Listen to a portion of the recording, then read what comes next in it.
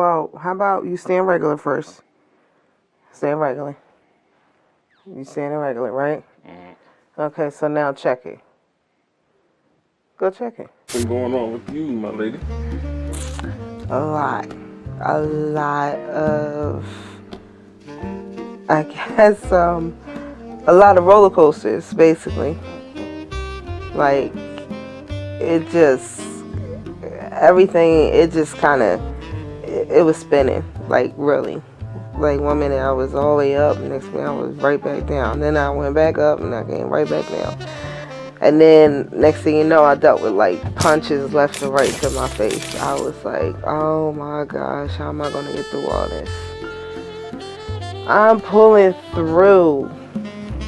I'm definitely pulling through. It's not easy. And thank you to my husband, you know, because he's very good supporter. He's really good. So everything was great, you know. I left the job and focused on my business and travel a lot. Focused on being at home. I took advantage of being at home for a while to spend time with my daughter and my husband and my son. And then I just focused. I focused a lot. I really got to understand my business a lot and how much it is really a great opportunity that I put myself into. So I'm really happy for that. And then we had the holidays. We went to go spend like a week at your sister's house, which was popping. Like, I didn't have to worry about going to work or nothing. Like, it was really good. So I'm like, that's the type of life I want to live. So that's why I started my business, because I can create residual income and then do what I want to do when I need to. That's a new song.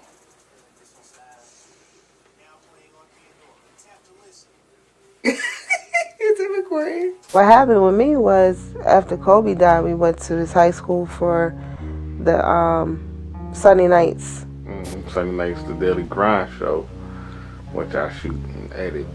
We took a trip to Kobe's high school, Lower Marion High School, and it was a nice time there, but you could feel the pain. You could feel the pain, and it was like a dark cloud was over the town. That's how I felt anyway. And then I'm not too far from Lower Marion, where I used to be. And my grandparents stayed not too far away from there. But now, you know, they both had passed years ago, but just being around that area brings up a lot of memories. Yeah. And then it was like, I also know I'm close to my grandmother's house in Southwest. Not close, but I'm closer, because I'm in Philly. And I'm like, man, it was just hurting. And then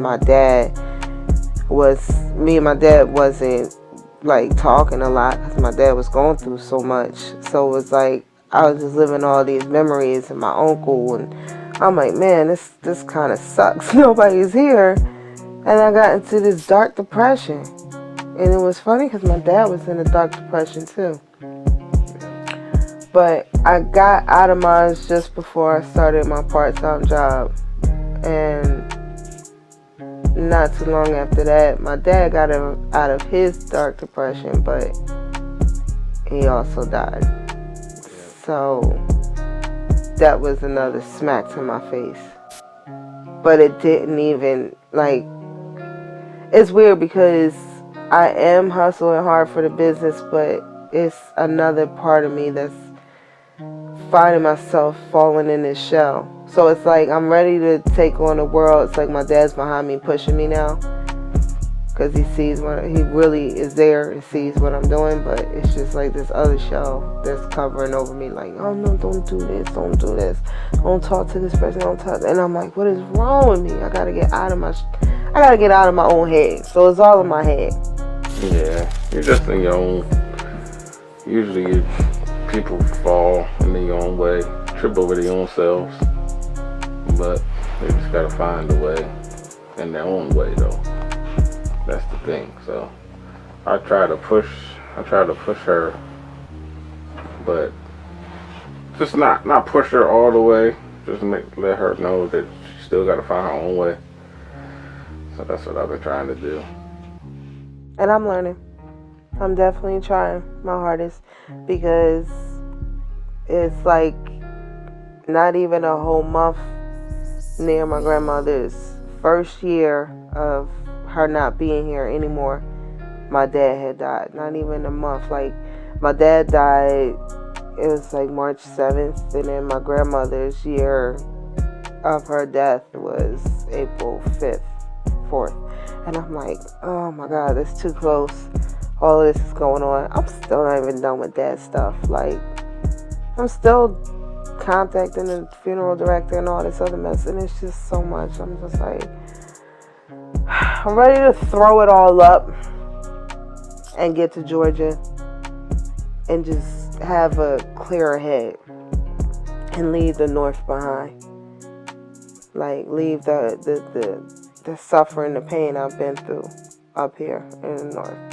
Yeah, I never had a fresh start in my life, so this is really something brand new, and every day I find something new about it to make me more excited to go there, or even more anxious because I know I'm getting pushed to there. Yeah. So it just makes it even better. I feel like I'm really doing the right thing by going. Yeah. By moving ahead and along. It's like with everything that's going on, there's still no excuse for us not to go. Like, we always kept saying about moving. We always talked about it. We always wanted to get out of PA. And we wanted to get out of Jersey or just be closer to New York. But we was like, okay, it's going to cost us way too much money to live in New York. Like, how the heck we really going to live in New York? Yeah. And it's kind of good that we did move to New York right now, especially with, you know, being the closest, tightest city with all these people and everybody's getting sick. It's just that, yeah. So I need to be in the South. I want to be in a different area. You know, it'll be good for Paris, too. Yeah. Should become a whole country girl. I know, right? And that'd be nice. That'd be so nice. Yo, I can't wait. It's going to be so lit. I really see ourselves in our retirement stage, and we really chilling out on the front porch, rocking back and forth on the rocking chair.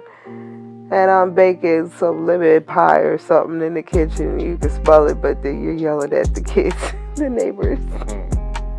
The neighbors' kids, hey, hey, hey, hey, hey. Yo, somebody ain't money. Yo, it's going to be so lit. I'm so happy. I'm so happy for this move.